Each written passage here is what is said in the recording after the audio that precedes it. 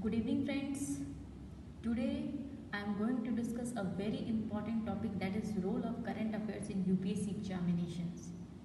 Friends, आप लोगों में से बहुत ऐसे होंगे जो एक या दो अटेम्प्ट दे चुके होंगे और बहुत ऐसे भी होंगे जिनका ये पहला अटेम्प्ट होगा, जिनको मतलब बहुत आइडिया नहीं होगा कि क्या है नहीं है।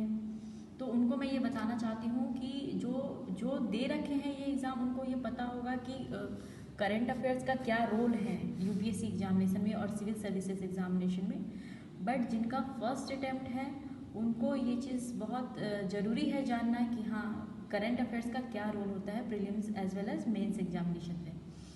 फ्रेंड्स, प्रीलिम्स एग्जामिनेशंस में अगर अभी के ट्रेंड में जो बहुत ज़्यादा चेंजेस हो गए हैं कुछ दिनों से, स्पेशली 2014 के बाद जो सिलेबस है उसमें मोस्ट ऑफ द क्वेश्चंस जो होते हैं वो करंट अफेयर्स ओरिएंटेड होते हैं। बट उसमें ये है कि आपको स्टैटिक का नॉलेज होना भी बहुत ज़रूरी है।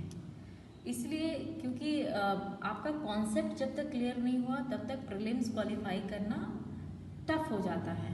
और प्रीलिम्स के लिए फ्रेंड्स आप कैसे भी मतलब करंट अफेयर्स पूरा कर सकते हैं, चाहे वो आप डेली न्यूज़पेपर से करें या फिर किसी मैगजीन से करें या फिर किसी जो कोचिंग इंस्टीट्यूट्स के आते हैं डेली करंट अफेयर उससे करें। लेकिन आपको डेडिकेटली रिलीजियसली आपको पूरे डेडिकेशन से करंट अफेयर्स को आपको करना पड़ेगा। रही बात कि करंट अफेयर्स कहाँ से करें, कैसे करें, कैसे पता चलेगा। बहुत ऐसे फ्रेशर्स होते हैं जिनको यही पता नहीं रहता है कि करंट अफेयर्स को कैसे कवर करना है, कैसे पता चलेगा कि कैसा क्वेश्चंस आते हैं करंट अफेयर्स में। तो इसके लिए है कि first of all go through the syllabus. आपको सिलेबस के थ्रू जाना है। आपको पहले सिलेबस देखना है कि सिलेबस में क्या है नहीं है। उसके बाद है कि प्रीवियस ईयर क्वेश्चन पेपर से जाना है। प्रीवियस ईयर क्वेश्चन पेपर से आपको आइडिया लग जाएगा। दूसरा चीज़ की जो बहुत सारे डेली करंट अफेयर्स निकालते हैं, फिर वो बहुत सारे इंस्टीट्यूट निकालते हैं, फिर वो उसका मंथली कंपाइलेशन निकालते हैं, बहुत को 15 डेज का कंपाइलेशन निकाल रहे हैं। तो आप डेली करंट अफेयर्स के थ्रू जाएं और फिर उसके कंपाइलेशन से उसको रिवाइज करें, मल्टीपल रिवीजन। क्योंकि जब तक आप इसको कंसोलिडेट नहीं करेंगे तब तक कोई भी मतलब इम्पॉसिबल है इस एग्ज़ाम को क्रैक करना। इसलिए कंसोलिडेशंस बहुत ज़रूरी है इस एग्ज़ाम को क्रैक करना। आप किसी भी कोचिंग इंस्टीट्यूट्स के डेली करंट अफेयर्स को या फिर को फॉलो कर सकते हैं या मंथली मैगजीन भी फॉलो कर सकते हैं, चाहे वो दृष्टि का हो, इनसाइट का हो, IS बाबा हो, KSG हो।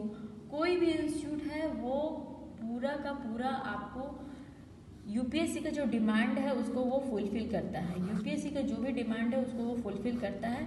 हाँ, ये है कि कोई किसी टॉपिक को, जैसे कि श्रीलंकन क्राइसिस है, तो कोई उसको पहले अपने ये में देता है, कोई अपने उसको बाद में एक्सप्लेन करता है। लेकिन हर कोचिंग इंस्टीट्यूट जो यूपीएससी के डिमांड है जो भी है उस सिलेबस को करंट अफेयर्स ओरिएंटेशन मिशन से पूरा करता है। आप कभी ये नहीं सोचे कि हाँ कुछ दिन आप इनसाइट को फॉलो किए फिर आपको किसको लगा अरे नहीं ये अच्छा नहीं है, किसी और को फॉलो करते हैं, ये अच्छा नहीं है। नहीं, जिसको भी फॉलो करना है शुरू से लेके एटलीस्ट आपको 1.5 मतलब पूरे 1.5 साल तक आपको फोकस्ड रहना है उस पर।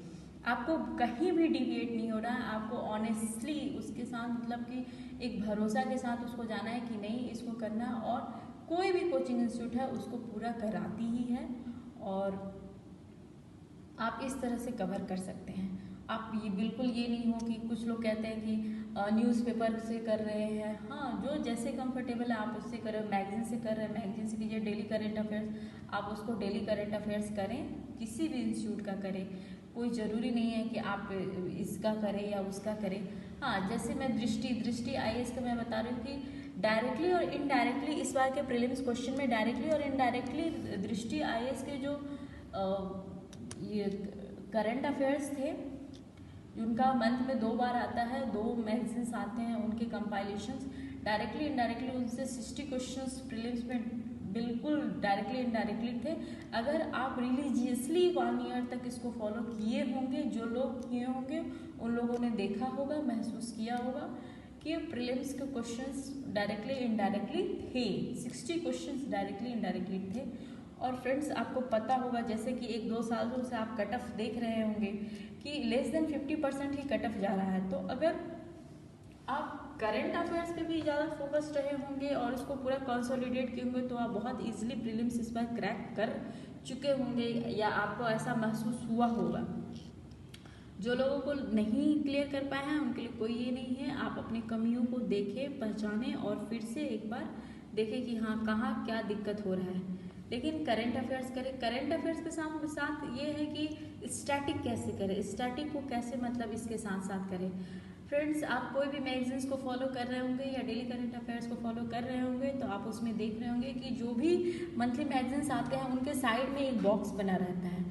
साइड में वो जैसे कि मान लो कैग है, कैग का जो कोई न्यूज़ आया है, किसी की रिपोर्ट के ऊपर अगर कोई न्यूज़ आया है तो वो फिर एक कैग का मतलब पूरा एक्सप्लेनेशन बताते हैं कैग के बारे में कि उसका क्या रोल है, मतलब कॉन्स्टिट्यूशनली वो क्या है। जो भी लक्ष्मीकांत में है उसको लगभग वो मतलब एक ये उसका छोटा वर्जन करके वो वहाँ पे स्टैटिक कवर कर देता है, जिससे आपका साथ ही साथ वहाँ स्टैटिक भी कवर हो जाता है। उसके लिए आपको बहुत ज़्यादा अलग से फोकस करने की ज़रूरत नहीं है। और फिर वैसे भी जब आप तैयारी करते हैं तो पॉलिटिकली आप लक्ष्मीकांत को कवर करते हैं, रमेश सिंह को करते हैं इकोनॉमिक्स के लिए, या फिर स्टैटिक के अलग अलग बुक्स हैं। लेकिन ये मैगजीन्स आपको ओवरव्यू दे देते हैं कि हाँ ठीक है कैग है तो क्या होता है, उसके क्या रोल हैं, उसके कॉन्स्टिट्यूशनली मतलब क्या पावर्स हैं, वो साइड बाय साइड दे देते हैं। और फिर जो न्यूज़ में होता है कि हाँ जो क्यों कोई न्यूज़ आया है तो किस रिलेटेड आया है, उसके प्रॉस क्या है, कॉन्स क्या है, वे फॉरवर्ड क्या होगा, ये सब होता है।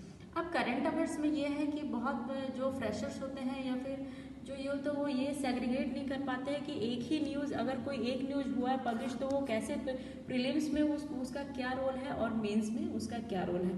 तो फ्रेंड्स जब आप पढ़ेंगे और तैयारी करेंगे या प्रीलिम्स का क्वेश्चन सॉल्व करेंगे या फिर मेंस का क्वेश्चन सॉल्व करेंगे तो आप धीरे धीरे इस चीज़ को देख पाएंगे, समझ पाएंगे कि हाँ क्या है। लेकिन प्लीज़ ये वीडियो मेरा इसलिए था क्योंकि प्लीज़ प्लीज़ प्लीज़ आप बिल्कुल डिविएट नहीं हो, आप करंट अफेयर्स पे फोकस करें क्योंकि without current affairs impossible to crack this examinations. Mains examination में फ्रेंड्स पेपर 1, 2, 3, 4 आप देखेंगे, पेपर 1, 2, 3, 4 ये चारों पेपर में 90% सिलेबस जो है वो करंट अफेयर्स ओरिएंटेड है। आप पेपर 1 में सोसाइटी का पोर्शन ले लें, अब पूरी फुल्ली करंट अफेयर्स है। जब तक आप उसको करंट अफेयर्स कि मतलब जो भी स्टैट्स है उसको अगर उससे आप कंपेयर नहीं करते हो, स्टैट्स उसमें आप डालते नहीं, तब तक आपको कोई मार्क्स फेच नहीं होगा। पेपर 2 एंड पेपर 3 पूरा करंट अफेयर्स ओरिएंटेड है, मतलब फुल्ली करंट अफेयर्स है। पेपर 4 इथिक्स का पेपर है, इथिक्स पेपर में नए नए केस स्टडीज आ रहे हैं, नए नए आपको एग्जाम्पल्स देने हैं। जो ये है वो आपको मतलब जितना आप करंट के एग्जाम्पल्स देंगे आपको उतने ही मतलब मार्क्स अच्छे मिलेंगे, जितने आपके आइडियाज़ मतलब बिल्कुल नए होंगे उतने ही आप अच्छा मार्क्स फेच कर पाएंगे। एसए पेपर है, एसए पेपर में भी आजकल जो एसए का ट्रेंड है तो आपको ये सब चीज़ पता होना चाहिए, ठीक है। अगर आप ऐसा सोच रहे हैं कि 2-4-5 ट्रेडिशनल बुक पढ़ ले और यूपीएससी क्लिक कर जाएंगे, ऐसा बिल्कुल भी नहीं है। इसलिए फोकस्ड रहिए। एक बार मैं ये भी कहना चाहूँगी कि चाहे किसी भी इंस्टीट्यूट का करंट अफेयर्स हो, डेली करंट अफेयर्स, अगर आप पेपर पढ़ रहे हैं और अगर आप हिंदू या इंडियन एक्सप्रेस ले रहे हैं, अगर आप उसमें न्यूज़ सेग्रीगेट नहीं कर पा रहे हैं, बहुत इनिशियल फेज में होता है कि हमें पता ही नहीं चलता है कि हम क्या पढ़ रहे हैं क्या नहीं पढ़ रहे हैं, क्या हमें पढ़ना है एग्जामिनेशन पॉइंट ऑफ व्यू से और क्या नहीं पढ़ना है। क्योंकि इस एग्ज़ाम को क्लियर करने के लिए सबसे पहले आपको ये पता होना चाहिए कि क्या नहीं पढ़ना है। क्योंकि मार्केट में इतने सारे एम्पल नोट्स हैं, इतने सारे मटेरियल्स हैं, ऑनलाइन इतने सारे मटेरियल्स हैं कि मतलब आप मतलब कोई बहुत ईजिली कंफ्यूज हो जाते हैं कि किस चीज़ को फॉलो करें किस चीज़ को नहीं फॉलो करें, क्या पढ़े और क्या नहीं पढ़े।